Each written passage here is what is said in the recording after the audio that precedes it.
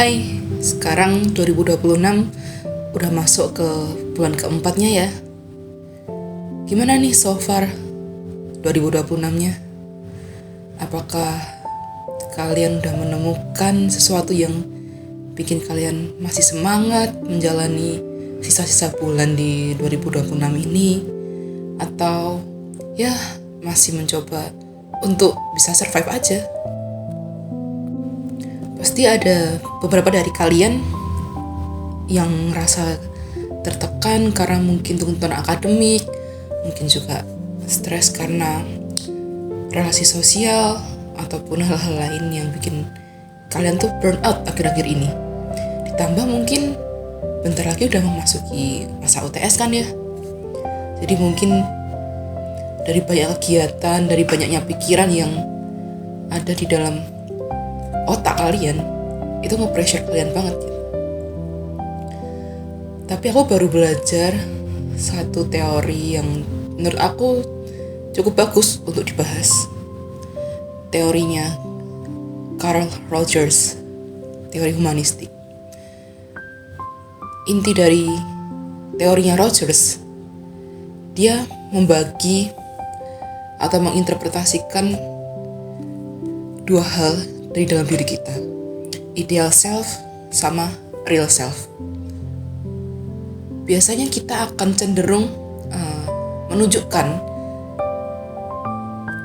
ideal self dari diri kita, kayak kita kepinginnya jadi apa, atau bahkan mungkin apa yang orang lain mau diri kita jadi. Jadi kayak kalau misalnya orang tua kita minta, aku harus disuruh jadi dokter nih, atau aku harus masuk ke jurusan ini, aku harus berkarir di sini, aku harus punya nilai segini. Kayak terkadang tuntutan-tuntutan dari orang itu menambah beban di dalam otak kita yang mendorong kita untuk menjadikan tuntutan tersebut tuh sebagai identitas kita yang ideal. Padahal sebenarnya kita mungkin kapabilitasnya gak setinggi yang bisa diharapkan orang lain. Aku juga ngalamin kok pressure akademik. Aku juga pernah dipaksa untuk milih sekolah yang gak pernah ada di plan hidup aku, yang bahkan di tengah-tengah perjalanannya aku udah burn out, ngalamin banyak tekanan sosial juga. Dan ya aku tetap harus survive di situ sampai lulus. Aku juga pernah ngerasa burn out. Bahkan sekarang mungkin aku masih berusaha mengalihkan tujuan hidup aku dari yang memuaskan atau memenuhi ekspektasi orang-orang di sekitar aku ke arah apa yang sebenarnya aku mau sih, yaitu real self aku. Kalau aku sendiri sih, aku sukanya tuh gambar. Aku tuh sukanya hal-hal yang berbau seni lah. Aku suka banget gambar, aku suka musik, aku juga suka bermain peran ya, acting gitu. Aku interest ke hal-hal yang berbau seni. Tapi apakah aku gak enjoy dengan jurusan aku yang sekarang? Sebenarnya kalau dibilang gak enjoy, itu tergantung kita memaknai kegiatan kita, memaknai perjalanan kita di jurusan kita sekarang tuh seperti apa. Tapi so far belajar psikologi itu membuka banyak perspektif. Kayak aku jadi belajar banyak hal, kayak ternyata penyebab satu disorder mental tuh nggak cuman ini doang. Ternyata bisa banyak layer yang dibuka gitu. Masih banyak faktor-faktor yang bisa kita bedah gitu. Tapi mungkin karena aku juga tertarik di bidang seni ya, jadi aku akan tetap mengembangkan bakat aku ya, melakukan hobi aku juga yang related to art.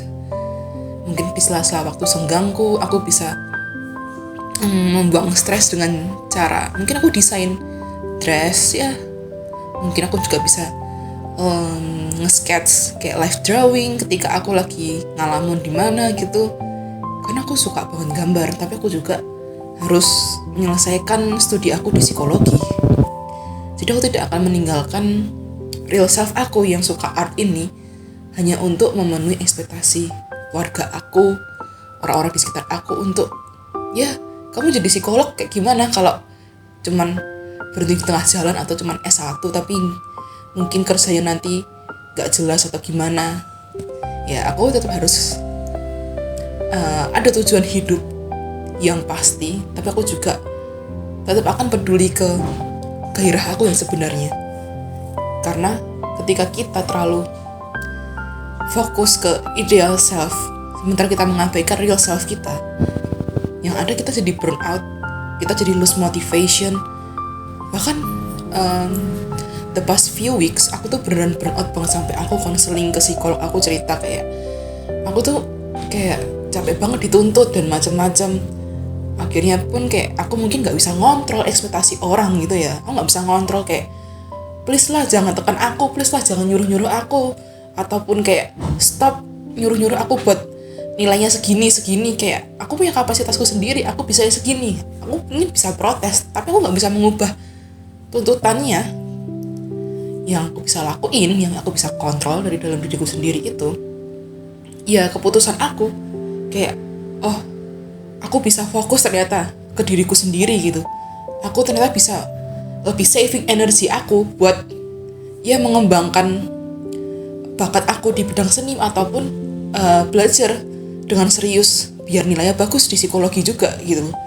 Apalagi juga sekarang mau UTS, aku jadinya harus banyak persiapan karena mungkin di beberapa matkul terutama kayak statistik, aku mungkin juga harus perlu belajar lebih berulang-ulang daripada teman-teman yang lain.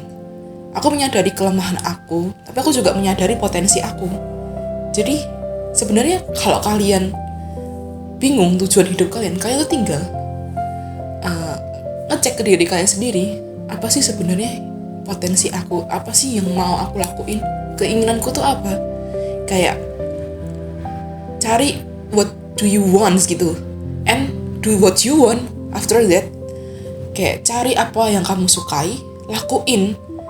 Mau tuh dibilang alay sama orang lain kayak ih apa-apaan sih dikit-dikit ngepost desain, ih apa-apaan sih dikit-dikit ngepost lagu, dikit-dikit ngepost ini, kayak ya scroll that gitu. Gak usah peduli sama judgement orang-orang.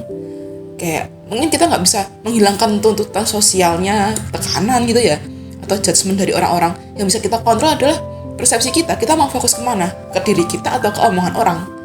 Aku tahu itu gak semudah itu untuk kayak orang-orang mengabaikan omongan orang-orang, tapi kita bisa pelan-pelan shifting fokus dan energi kita ke ya diri kita sendiri. Kayak oh mungkin aku bisa di bagian ini tapi kurang bisa di bagian ini, ya apa yang bisa aku lakuin untuk meningkatkan di bagian yang kurang itu.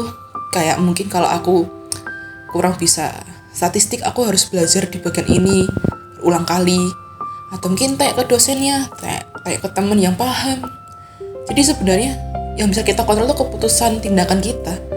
Kita nggak bisa kontrol omongan orang, tuntutan orang. Kita punya kebebasan, kita punya hak, tapi jangan sampai kita melupakan tanggung jawab kita juga. Kayak hidup tuh boleh chill dikit, tapi tetap harus terarah. Chill bukan artinya males, dan bukan artinya mengabaikan plans kita untuk masa depan kita. Jadi hidup tuh perlu sedikit grounding. Kita harus lihat apa yang bisa kita lakuin di masa ini. Jangan terlalu terpaku sama masa lalu juga, ataupun terlalu future banget. Karena kita hidup di masa ini. Pelan-pelan aja, gak apa-apa jalannya. Pelan-pelan aja nyobanya. Pelan-pelan aja belajarnya. Pelan-pelan aja terbukanya.